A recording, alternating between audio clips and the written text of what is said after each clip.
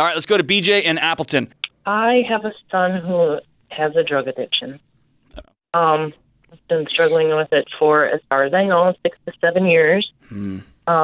His father died unexpectedly when he was 16. I hate that. Right after he turned 16, and things started to go backwards after that. And I'm to a point where this roller coaster he's put everyone on with his addiction, I'm tired. I'm exhausted. How old are you, BJ? 55. 55. And how old is he now? 27. 27. Is he married? Does he have little ones? He has 2 kids. 2 kids. Mm-hmm. Are they in a safe place? Yes. Yeah. Mm-hmm. Do they live with him, with their mom? With their mom. Okay. So your son's had loss after loss after loss, huh? Yeah. Mm-hmm. Yeah. And you've had loss after loss after loss, huh? Yeah. Yeah.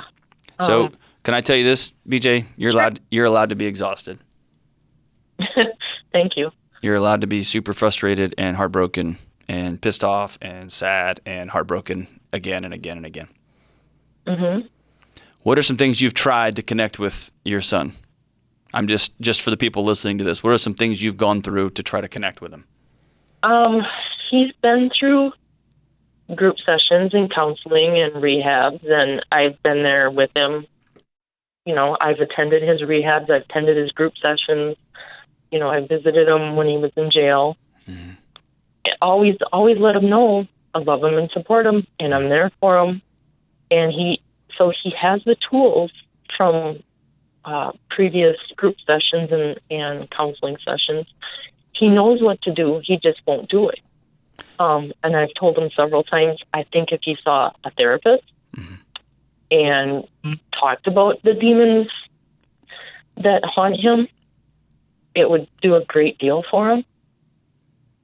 But he doesn't do it. Do you see somebody? I do. Okay. Mm-hmm. Is that helpful? It is very much. Yeah. So you're at a place now where no parent wants to be, and I'm just going to be honest with you and tell you the truth, okay?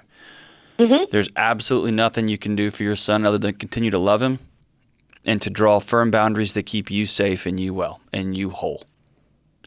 You can't make him see a counselor. And I know you know these things, and I'm saying these things out loud for the listeners as much for you, but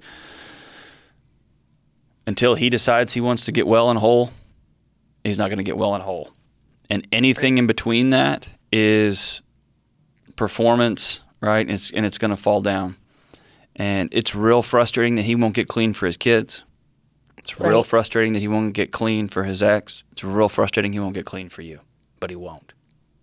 I know. And he's an adult. He's an adult. I can't make him do anything, but it's still that mama bear mentality that wants to love him and protect him and help him in any way I can. And it's frustrating to just stand and watch. It is. The best way you can love him right now is to take care of yourself. Mm-hmm. And that means sitting down with your therapist and say, I'm ready to draw hard boundaries.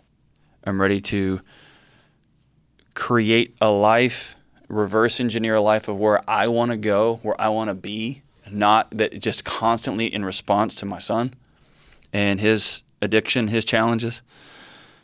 And you build that world back, and that may not include him very much.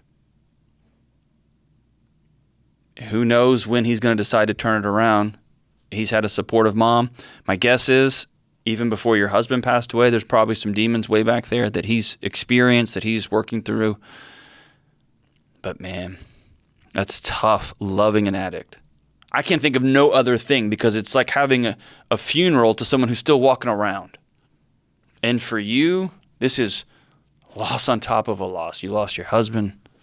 You lost your partner in crime. You lost your marriage. And now you're watching a ghost of your son walk around, and it's heartbreaking. And I wish I had better news for you, other than you've got permission to be exhausted. You've got permission to, at 55, build that life. And you can. It's not too late. And you're not going to not have a hole in your heart. And you're not going to not hurt desperately.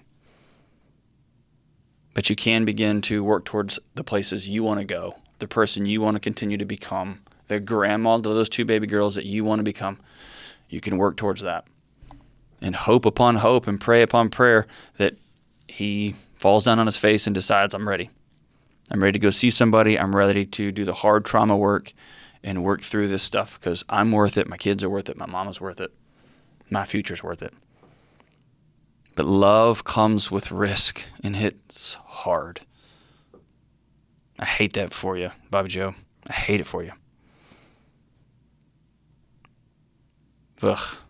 I can't think of anything worse. I mean, I'm wrapping my head around it. I guess the death of a child is the worst thing a parent can ever experience. But close to that is an addicted child. And if you're listening to this and you've got addiction problems, if you've got a mom or dad who didn't treat you right, if you've got a mom and dad who did treat you right, hear me say, you are worth getting well, man. You're worth not having to use. You're worth not having to eat. You're worth not having to fill in the blank for your addiction. And it's going to be hard to get there. But it's worth the journey.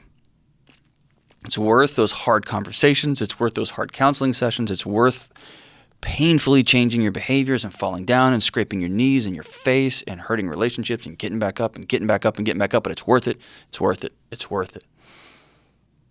And I hope you heard the exhaustion in BJ's voice. Hope you heard she's tried and she's tried and she's tried. But doing it for somebody else isn't going to work. You got to do it for yourself, and you got to know that you're worth it. We have a culture that is so addicted to everything. So you're worth being well. You're worth being well. Thank you so much for that call.